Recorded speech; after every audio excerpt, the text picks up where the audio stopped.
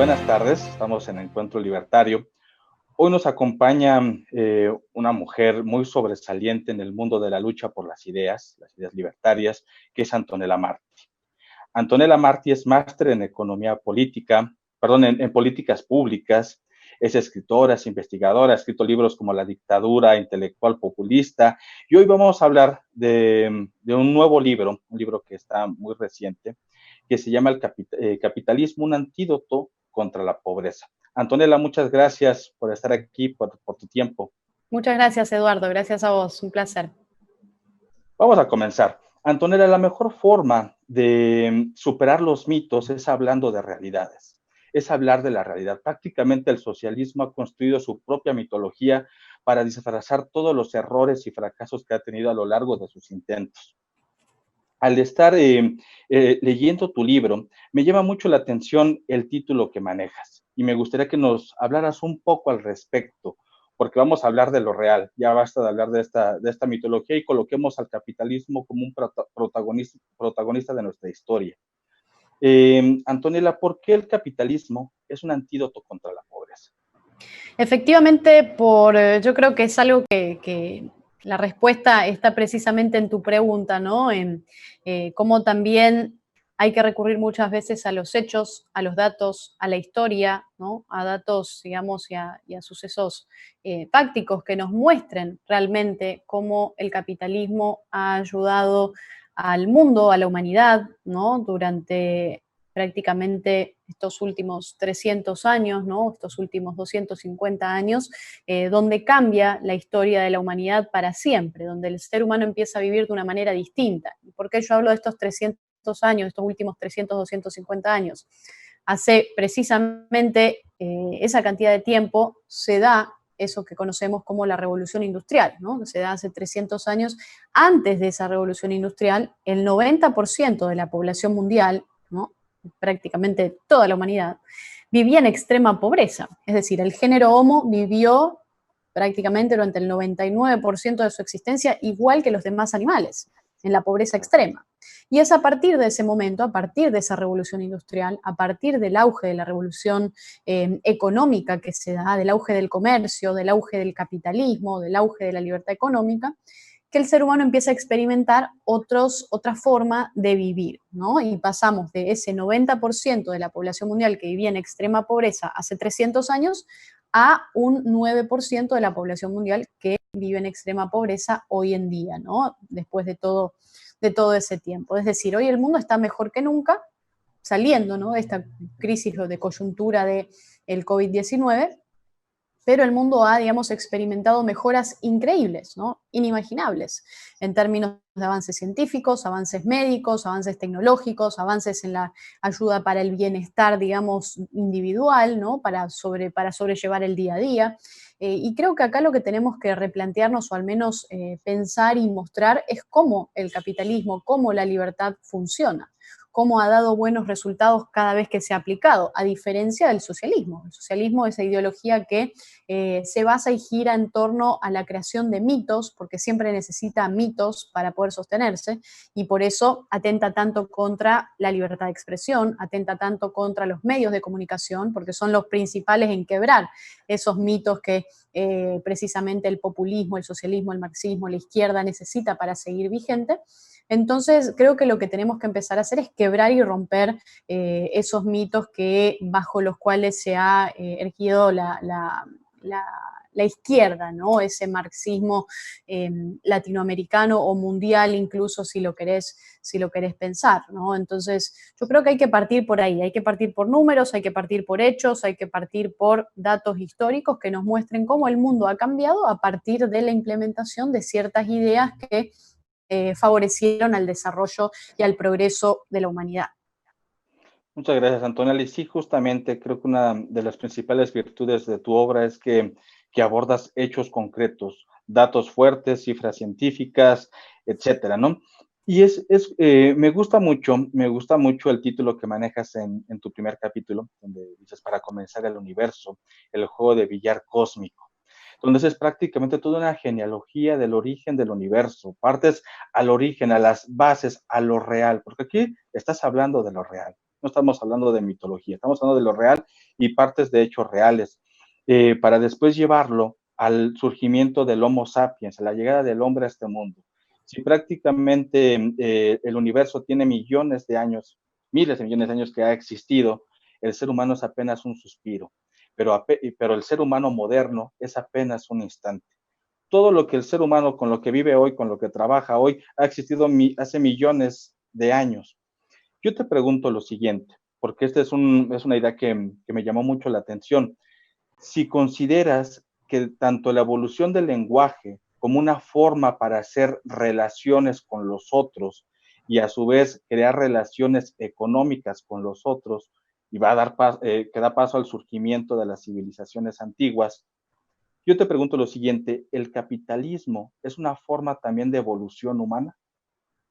Sí, no caben dudas, no caben dudas. Y esto yo creo que bien lo expresabas, ¿no? Que bueno, forma parte de ese primer capítulo donde toco dentro del libro el aspecto más científico, el aspecto tal vez incluso más evolutivo de la historia de la humanidad, de cómo el Homo sapiens termina llegando o termina logrando y alcanzando los grandes avances, ¿no? A partir de un periodo de evolución que llevó mucho tiempo, ¿no? Y cómo tal vez, a ver, con un planeta Tierra que estuvo girando durante 4.500 millones de años con los mismos recursos, ¿no? Con los mismos recursos en el planeta Tierra y cómo el ser humano, digamos, va avanzando, progresando y evolucionando hasta finalmente, por supuesto, con una de las principales herramientas que es el lenguaje, ¿no? Que es un elemento fundamental a la hora de avanzar, ¿no? Hacia ese proceso evolutivo y necesario, porque la comunicación es la clave, ¿no? Y además las maneras, digamos, de comunicarse, porque claro, vos decís, hay ciertos animales que pueden comunicarse, sí, pero lo que hace el ser humano es que encuentra una manera distinta, incluso para advertir, incluso para generar, digamos, los intercambios tan fundamentales que se terminan dando y que forman parte de ese proceso, digamos, de mercado que parte de la confianza, ¿no? Porque esa es una de los puntos que tenemos que tener en cuenta. Las sociedades más proteccionistas, las sociedades de izquierda, las sociedades más cerradas, los países que apelan al socialismo o que recurren al marxismo, son países en los que las sociedades funcionan en base a la autoridad, ¿no? A la coerción, a diferencia de lo que sucede en las sociedades libres o en las sociedades abiertas, donde todo funciona en base a lo voluntario, el aspecto voluntario, el intercambio voluntario, que forma parte de ese intercambio que se da dentro del mercado y del día a día, por supuesto, y eso requiere confianza. Entonces nosotros tenemos que pensar lo que, a ver, sería tal vez sentido común, bajo qué, digamos, modelo es mejor vivir. O sea, uno prefiere vivir bajo un modelo donde lo que impere sea la confianza y lo voluntario, o si prefiere vivir bajo un modelo en el que lo que impere sea la coerción y la obligación, digamos, por parte de un régimen o un sistema o una autoridad o una burocracia que nos diga qué tenemos que hacer, cómo lo tenemos que hacer, cómo tenemos que operar, cómo no. Entonces, yo creo que en eso no caben dudas, digamos, de que el capitalismo ha tenido un rol fundamental a la hora de generar ese progreso humano, esa evolución humana en estos últimos 200 años, pero progreso, digamos, en avances que se dan gracias a que el capitalismo respeta el tiempo de los individuos, porque ahí está la clave. Es decir, el tema de entender a los gobiernos en general como gobiernos limitados es un concepto bastante nuevo, no es algo que es antiguo. Un gobierno con límites es algo que históricamente, digamos, no ha sido lo normal, no ha sido lo común en la historia de la humanidad. Durante mucho tiempo hemos tenido monarcas, hemos tenido gobernantes que han tomado prácticamente decisión sobre la vida diaria de los individuos durante miles y miles de años, ¿no? Entonces, la idea, la concepción de ponerle límites a los gobernantes, a las personas que están en el poder, es una idea relativamente nueva, ¿no? Y parte, por supuesto, de lo que conocemos como esa, entre otras cosas, esa famosa revolución gloriosa de Inglaterra de 1688, cuando, ¿no? Después de un proceso de guerra civil en Inglaterra, se le pone fin, digamos, a los abusos de parte de la corona y se impulsa esta idea de monarquía parlamentaria, donde ya la monarquía, digamos, no puede imponer incluso tributos sin la autorización o el permiso del Parlamento, donde, digamos, empieza a controlar a las autoridades, ¿no? Y esa revolución gloriosa está influida por personajes tan importantes del liberalismo como lo fue John Locke, por ejemplo, ¿no? El padre del liberalismo político, y una revolución que termina generando el marco institucional para luego esa revolución económica que es la revolución industrial que se da un tiempo después, y todo un proceso que incluso luego influye en la gestación de lo que conocemos como los Estados Unidos de América, ¿no? Una nación que surge en base a esos principios, a la búsqueda de la propia felicidad, a la libertad, a la propiedad privada. Entonces yo creo que hay un rol muy importante a la hora de evaluar cuáles han sido las consecuencias, las buenas consecuencias, los buenos frutos que ha dado el capitalismo históricamente. Claro, y justamente esto que nos comentas está contenido desde el capítulo 3 y capítulo 4, cuando hablas de las instituciones y justamente el gran auge que va a tener la revolución industrial. Sobre este punto, ya que lo mencionas, Antonella, prácticamente el siglo XVIII, que fue el siglo de la Ilustración, que fue el siglo de los movimientos liberales, va a dar paso justamente a derrocar a esta autoridad centralista que representaba el monarca, como bien has dicho, y va a dar paso al surgimiento de las nuevas instituciones. A su vez, el gran desarrollo de la revolución industrial va a cambiar el mundo, como también ya comentabas, en 300, 250 años, el mundo es totalmente distinto a como lo era hace 4 siglos prácticamente.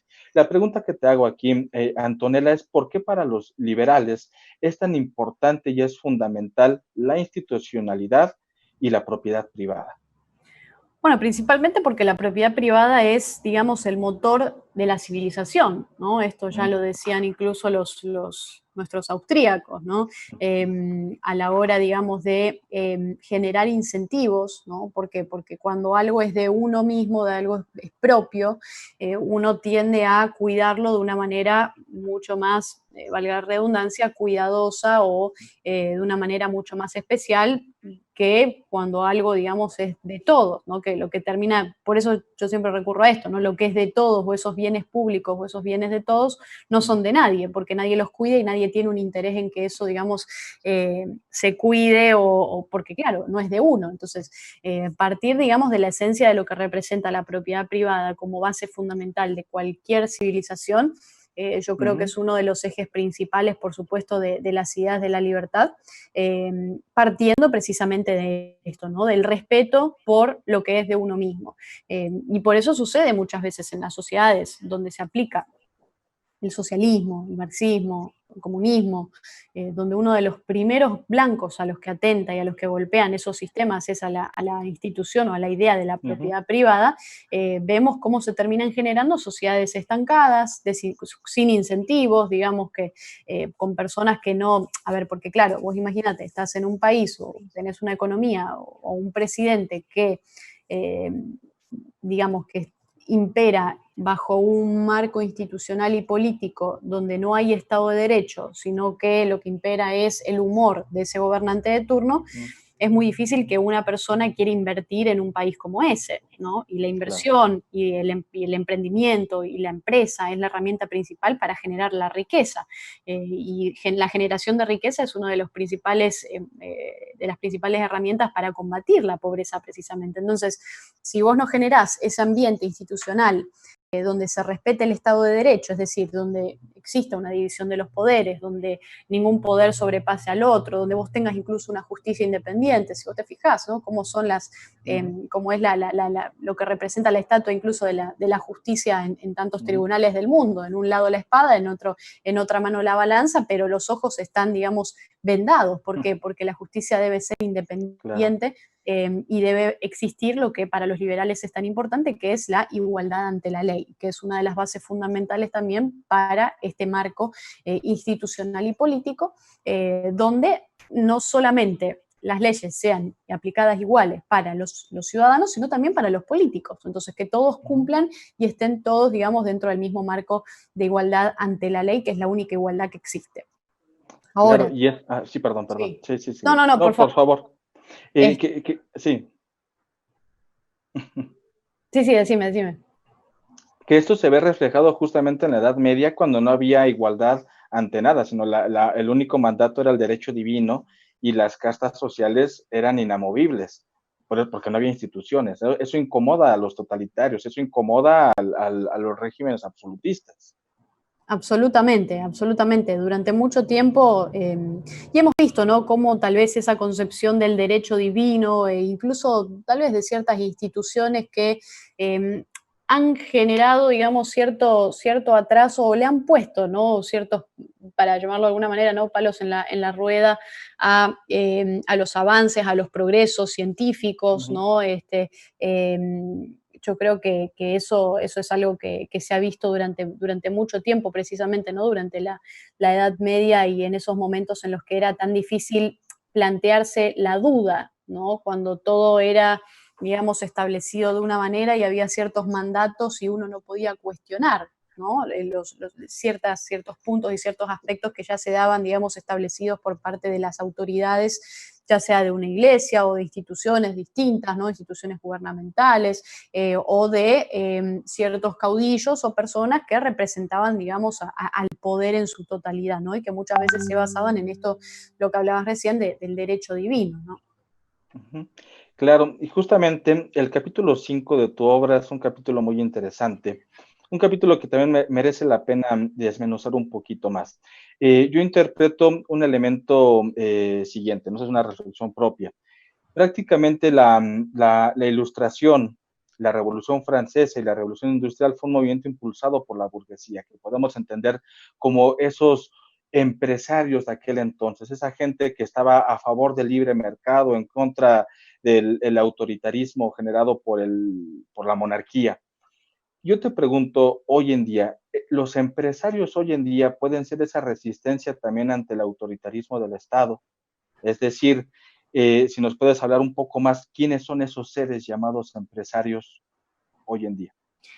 Efectivamente, los empresarios tienen que ser y representar la resistencia, ¿no? Y esto incluso lo decía en su momento Ayn Rand, esta autora rusa que tuvo que emigrar a los Estados Unidos, y lo dijo en su novela La rebelión de Atlas, ¿no? Donde como los empresarios, digamos, Ujú, se acoplaban y decidían, digamos, ponerse en huelga, ¿no? Y cómo tal vez lo representa en lo que significa Atlas, ¿no? Este titán que tiene el peso mm, del mundo en sus espaldas, y cómo cuando Atlas se revela y se cansa y deja de sostener ese peso del mundo, ¿qué pasa, no? ¿Cómo cambia la historia? Y yo creo que hoy en día, con esta crisis del COVID-19, en muchos países de América Latina, incluso del mundo, estamos viendo tal vez una rebelión de Atlas un poco obligada, ¿no? ujú, Pero donde vemos cuáles son las consecuencias de no producir, cuando vemos la consecuencia de no abrir empresas, de no trabajar, de no generar riquezas. Y creo que la crisis, por supuesto, que se viene después de esto va a ser bastante grave, pero volviendo un poco al tema de los empresarios,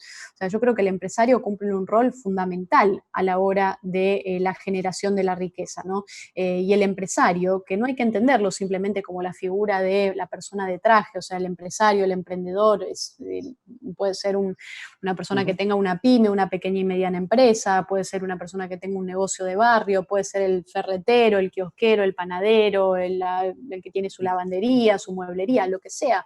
Cualquier negocio que genere riqueza y que genere valor donde no estaba, donde no había valor.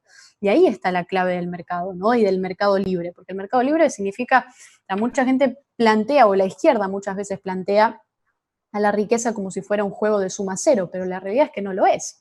A ver, el 50% de toda la riqueza que existe en la humanidad fue creada en los últimos 30 años prácticamente. 8 de las 10 personas más ricas del mundo hoy en día hicieron su patrimonio totalmente desde cero, ¿no? Y yo creo que acá en América Latina hay una gran demonización respecto de ujú, lo que significa el empresario o la figura del empresario, cuando en realidad el empresario es el que sostiene el peso del mundo y el que genera, digamos, el verdadero empleo privado y productivo que hace salir adelante a los países y que saca adelante y que empuja eh, al progreso de la humanidad, ¿no? Y que genera ujú, cierto valor que uno, digamos, puede tener a cambio. Entonces, la izquierda te plantea, te dice, no, bueno, es que es un juego de suma cero. No, no es un juego de suma cero. El intercambio en el mercado no es un juego de suma cero, porque claro, claro, yo tengo dinero, yo se lo doy a un empresario porque o a una empresa o a un negocio, a lo que sea, porque yo valoro más ese valor o ese bien o servicio o producto que esa persona me puede dar, yo lo valoro más que el dinero que yo le estoy dando. Entonces sí, esa persona se queda con mi dinero, pero yo me quedo con algo que yo voluntariamente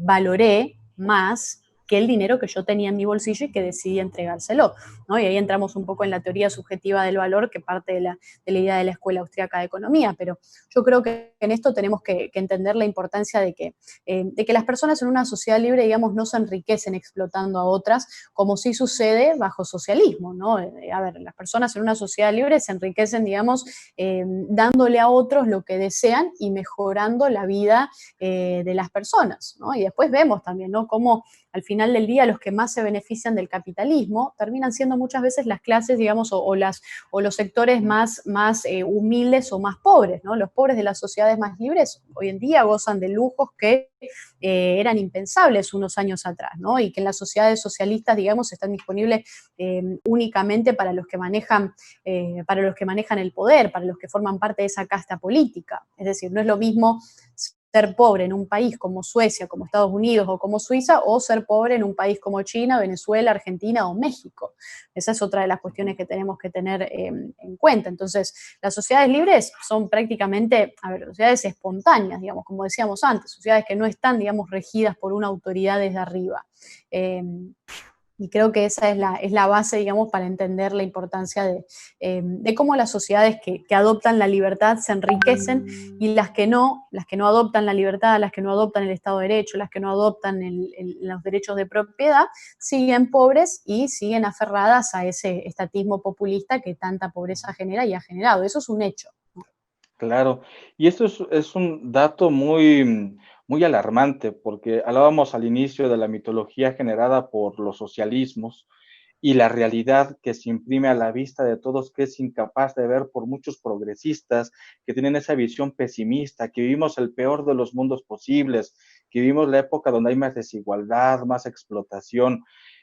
Yo te pregunto, en verdad estamos tan mal? Yo sé que no, pero así se llama tu capítulo, el capítulo 6, el capítulo 6, ¿en verdad estamos tan mal?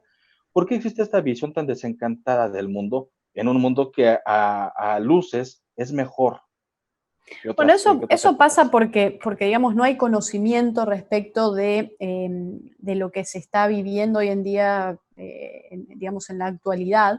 Y claro, yo en eso recomiendo mucho leer a ciertos autores como lo son Steven Pinker, ¿no?, en la importancia de las ideas de la ilustración, incluso a un autor sueco muy importante en esta temática, como lo es Johan Norberg, en uno de sus libros Los grandes avances de la humanidad, e incluso a McCloskey, ¿no?, una economista norteamericana que también en las virtudes burguesas toca, y en muchas de sus entrevistas, mucho material, incluso audiovisual que se puede encontrar en internet, explica muy bien por qué sucede esto, ¿no?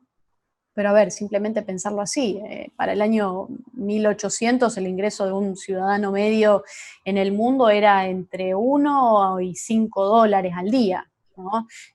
Digamos, es lo que te da hoy para comprarte una taza, no sé, de café o un té, digamos, en cualquiera de los países o de las principales capitales del mundo hoy en día. Actualmente los ingresos medios mundiales están cercanos a los 30 y 50 dólares al día, y eso es un aumento enorme, ¿no?, en términos de prosperidad y de generación de riqueza y de dinero, ¿no?, porque eso también te permite, digamos, tener cierta libertad o sea, los beneficios que genera la libertad económica. Y si lo pensás así, los países más libres, ¿no?, pensarlo así, las personas más pobres en los países más libres o más capitalistas ganan 11 veces más que los más pobres o los sectores más pobres en los países socialistas o más cerrados. Como decíamos antes, no es lo mismo vivir en uno o tal país, ¿no? Y eso depende mucho, digamos, de la institucionalidad. Eh, pero claro, a ver, yo siempre insisto en esto, digamos, una de las grandes razones por las que las economías más libres terminan siendo las economías más ricas, es porque en ese tipo de sociedades, en ese tipo de economías, se usa todo el talento disponible que existe en la sociedad, es decir, todos sus ciudadanos son libres de poner sus mentes y sus habilidades o sus características personales a trabajar, y así generan nuevas ideas, generan innovación, y el empresario, el emprendedor, el comerciante, claro, sí, hacen dinero, pero volviendo a lo que decíamos antes, también generan y difunden valor donde antes no había, ¿no? Entonces, las empresas, claro, dependen siempre de los clientes, pero de clientes para que, claro, esas empresas puedan seguir existiendo y puedan seguir subsistiendo, porque si esas empresas no dan un buen servicio, esos clientes van a abandonar esas empresas y van a irse, digamos, a otros proveedores o a otras personas que puedan proveer esos bienes o esos servicios. Entonces, en una sociedad libre siempre va a pasar, ¿no?, que vas a tener a estos proveedores, porque en una sociedad así, en una sociedad abierta, en una sociedad libre, los gobiernos no tienen ese poder, digamos, de toma de decisión para crear monopolios, para proteger empresas. Entonces yo creo que lo que hay que partir es un poco de eso. Pero después yendo, ¿no?, a los datos, como bien lo decíamos al principio, en los últimos 30 años, a ver, la libertad económica y el comercio incluso sacaron a más de 2.000 millones de personas de la pobreza extrema. O sea, esos son datos, son números. ¿Y qué ha hecho, digamos, el socialismo? ¿Qué ha hecho el comunismo a lo largo de la historia? O sea, lo único que ha generado es violencia, hambre, escasez, muerte, genocidios. Se han llevado más de 150 millones de víctimas a lo largo de la historia, y los países que siguen aferrados a ese tipo de políticas o de medidas socialistas o comunistas son países que están sumergidos en la pobreza absoluta y en la pobreza total. Entonces, son países que tienen sociedades a las que obligan a volver, digamos, a la era o a la época previa a esa revolución industrial, y por eso el socialismo siempre termina siendo involución, siempre termina siendo atraso, porque te lleva, digamos, lleva al individuo a que tenga que sobrevivir y no vive, digamos, el individuo en ese tipo de sociedades. Entonces, cuando no te respetan el tiempo, cuando un gobierno no respeta el tiempo de los individuos, a ver, probablemente tengas en Venezuela, en Nicaragua, en Cuba, en Corea del Norte, en China, personas que tienen muy buenas ideas, pero no las pueden llevar a cabo. ¿Por qué? Porque en el caso de Venezuela, en el caso de Cuba, esas personas están hoy haciendo una fila para ver qué consiguen de comer, ¿no? Claro. Entonces yo creo que parte un poco por ahí. Muchas gracias, Antonella. Em, ¿Cómo observas, saliendo un poquito ahorita del análisis de tu libro, cómo observas los procesos sociales, económicos y políticos en la región? ¿América Latina logrará en algún momento tomar distancia del populismo? Bueno, yo espero que sí, y creo que para esto es fundamental que podamos hacer frente al menos al caso de Cuba, que ya lleva más de 60 años, más de medio siglo, con las mismas personas en el poder, con una estrategia incluso desarrollada desde la isla de Cuba para difundir y exportar, ¿no?, las ideas de esa revolución cubana, que toma mucho de la revolución bolchevique, que toma mucho del modus operandi de la KGB incluso, pero claro, yo creo que mucho de esto depende de cómo vaya a ser el futuro a corto, mediano e incluso, ¿no?, a largo plazo de lo que son esos regímenes que todavía se mantienen en pie, ¿no?, como lo es el régimen cubano, que es el que dirige, digamos, es la cabeza de la orquesta, pero después el régimen venezolano, que es un poco el que sostiene todo ese aparato o esa orquesta grande, con el dinero de las mafias internacionales, del crimen organizado, de países que incluso tienen sus intereses dentro del territorio venezolano, como lo son China, Rusia, Turquía, Irán, Cuba. Y claro, o sea, países que han marcado, digamos, su presencia incluso militar en el territorio venezolano. Pero además de eso, claro, tenés a distintas mafias, tenés incluso el terrorismo islámico operando en el territorio venezolano, Hezbollah, Hamas, tenés a las guerrillas marxistas, a la FARC, al ELN. Entonces es un país muy complejo que, teniendo un foco abierto así, es como digamos, la manzana podrida del cajón de manzanas, ¿no? O sea, si no cuidamos eso y si no resolvemos eso como lo tenemos que resolver y si no extirpamos, digamos, ese cáncer de raíz, América Latina va a seguir viviendo, ¿no?, ante el miedo y el peligro del resurgir de estos socialismos o populismos del siglo XXI que tanto daño le han hecho a nuestra región, ¿no? Sí, terrible y sí, justamente un problema muy delicado. Em, Estaba programado hace algunos meses una visita tuya aquí a México para presentar justamente este libro a través de México Libertario, pero el COVID se atravesó en el camino y bueno, estamos teniendo en estos momentos una charla muy elocuente que te agradezco bastante. Pero te pregunto algo, Antonella. Hay muchos progresistas, intelectuales, filósofos que hablan sobre la oportunidad en este momento de superar el capitalismo. Hablan de la muerte del capitalismo. Ujú. Gigi es un ejemplo que aborda este tema y que vende además muchos libros. Yo te pregunto, ¿estaremos ante una crisis fuerte hacia el capitalismo? ¿Realmente sí se puede presentar esta profecía marxista que vamos a vivir el fin del capitalismo después del COVID-19? ¿Cuál es tu panorama? Yo creo que no, porque lo que estamos viviendo hoy en día es, estamos experimentando en América Latina el Estado en su máxima expresión. El rol del Estado en el día a día de los seres humanos e incluso en la economía en su máxima expresión. Y hay un hartazgo y por parte de la ciudadanía latinoamericana e incluso cuando esto acabe va a haber, yo creo, una tal vez una asociación por parte de la ciudadanía latinoamericana a esta época, a estos meses, digamos, de encierro, de no producción, de cierre de empresas, de cierres incluso de los negocios personales de los individuos, que van a ser, por supuesto, por culpa y responsabilidad de gobiernos que le dieron prioridad a otras cosas y que no se dieron cuenta que salud no es únicamente no enfermarte de COVID. Salud es también vos poder alimentarte, poder tener salud mental, salud física, y para que uno se pueda alimentar y pueda darle comer a sus hijos, necesita trabajar, porque es lo básico. Entonces yo creo que cuando salgamos de esto, vamos a tener a personas que van a entender lo importante y la importancia de tener sociedades pujantes, prósperas, que trabajen y recuperar esa cultura del trabajo, la cultura de la responsabilidad. Y abandonar finalmente esa cultura del subsidio que es tan tóxica y Ujú. esa cultura del estatismo a la que estamos lamentablemente muy aferrados a lo largo de América Latina, ¿no? Sí, claro, pareciera que todo socialismo, sea el de la antigua Unión Soviética, el cubano, el coreano, el rumano, el africano, el venezolano, todos conducen al mismo desastre, todos conducen a estos programas sociales, a este estado proteccionista, ese estado de bienestar. Pero aunque usen diferentes nombres, porque recrean diferentes mitologías, todos coinciden en un mismo aspecto, es combatir la propiedad privada. Estamos ante una oportunidad de recuperar de una forma generalizada el conocimiento de qué es la propiedad privada después del COVID-19.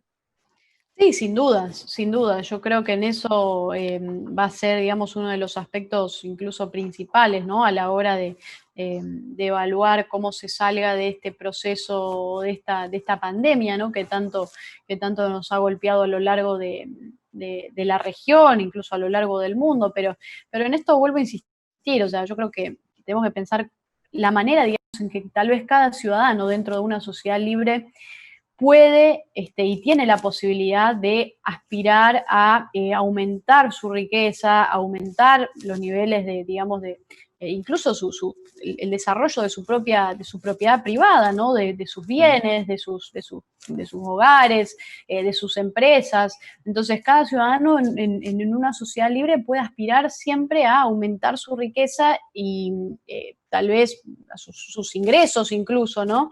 Y lo hace cambiando, lo puede hacer cambiando a un mejor trabajo o emprendiendo tal vez actividades comerciales que lo ayuden a hacer eso, ¿no? Entonces, en las sociedades que no son libres, eso no es posible, digamos, porque uno está aferrado a el mandato del gobierno de turno.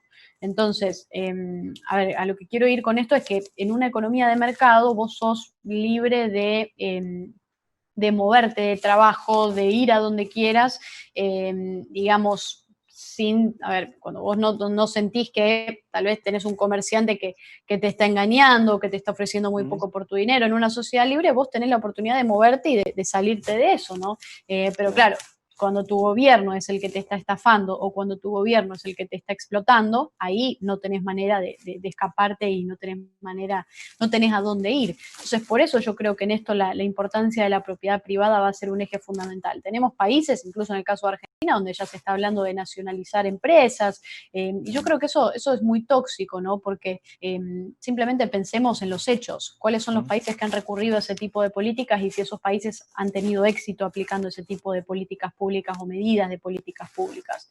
Los países que han nacionalizado, los países que han recurrido al control de precios, los países que han recurrido a la presión tributaria elevada, al gasto público alto, a la emisión monetaria que genera inflación, esos países han sido los países que conocemos en general en América Latina. Bueno, el caso de México, el caso de Venezuela, el caso de Cuba, el caso de Nicaragua, Argentina durante mucho tiempo, Bolivia también durante esos años de Evo Morales, ¿no? Entonces, creo que tenemos que pensar en los hechos que nos demuestran, digamos, que el socialismo no funciona y que ese tipo de medidas evidentemente no dan buenos resultados.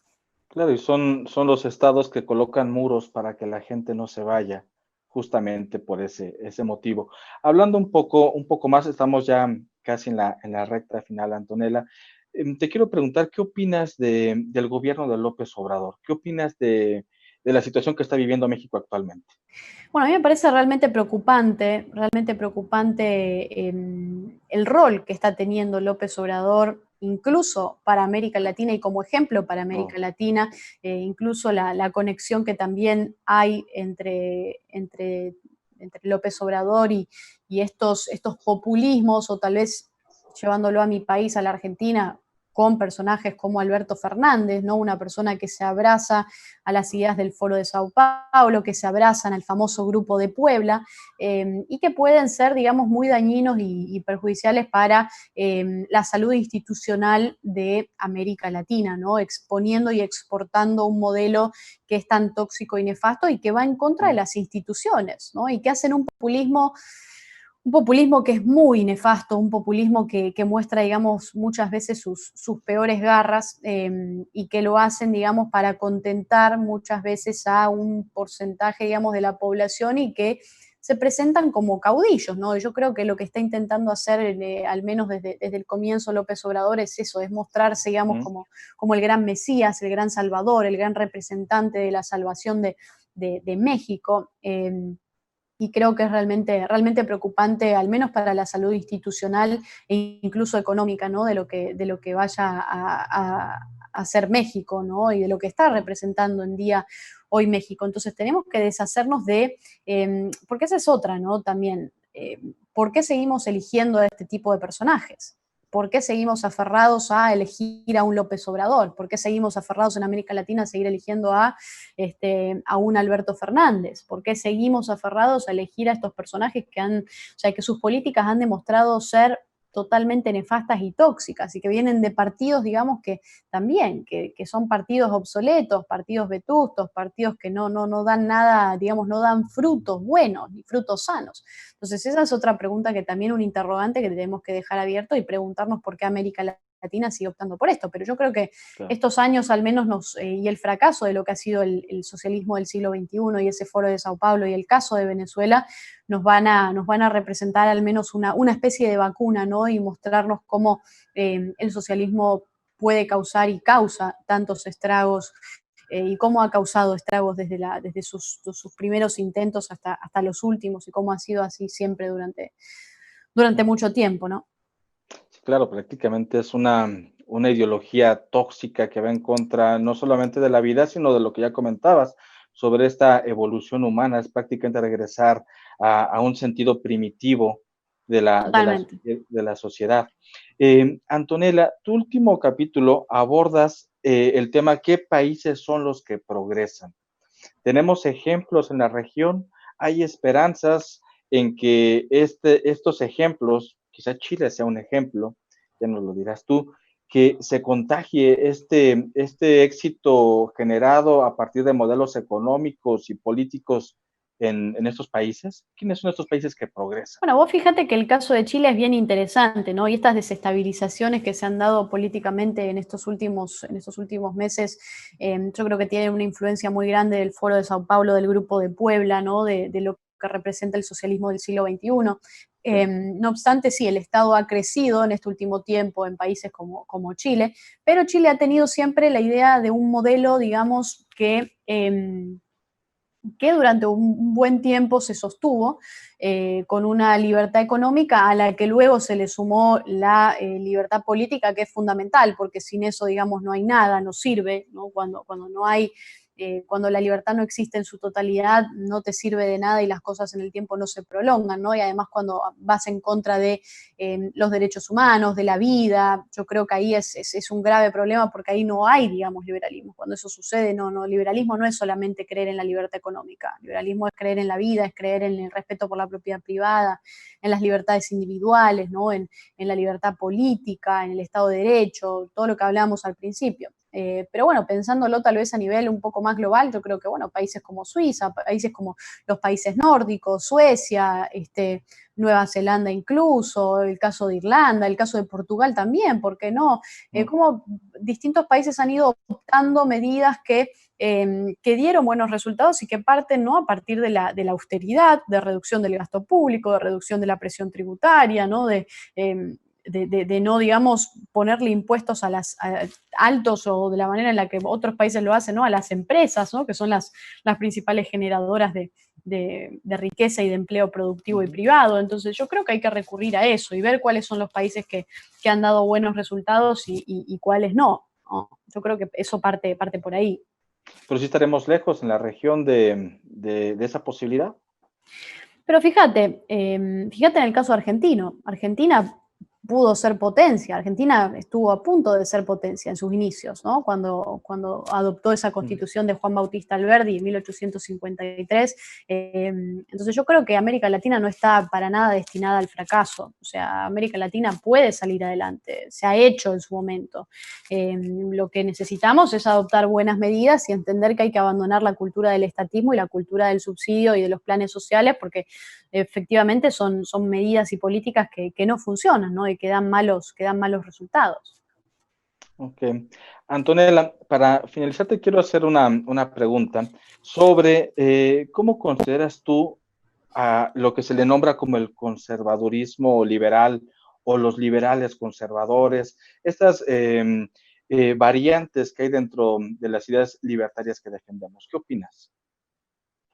Bueno, yo opino que, a ver, no hay tal cosa como un liberal conservador, ¿no? O sos liberal o sos conservador. Y creo que en América Latina o en Iberoamérica, me atrevo a decir, hay mucho conservador disfrazado de liberal, y que creo que son personas a las que se les tendría que sacar, digamos, esa máscara o esa careta, ¿no? ¿Por qué? Porque el liberalismo es el respeto irrestricto por el proyecto de vida de los otros, como lo dice Alberto Venegas Lynch, autor argentino. Y cuando el conservadurismo, ¿no? Lo que plantea no es conservar ciertos valores y plantea tal vez un modo de vida para los demás que ellos creen correctos, ¿no? Entonces, cuando vos querés imponer un modo de vida y cuando vos no estás de acuerdo con ciertas inclinaciones o actitudes o gustos de las personas, de los individuos, bueno, a ver, ya ahí pasaste, digamos, o cuando querés que el Estado regule eso, ahí pasaste, digamos, un nivel que a ver, digamos, no entras, digamos, en la categoría de liberal. Y esto no es un tema de liberalómetro, sino que es un tema, digamos, de concepto, ¿no? Porque, a ver, si sos conservador, si sos liberal, punto.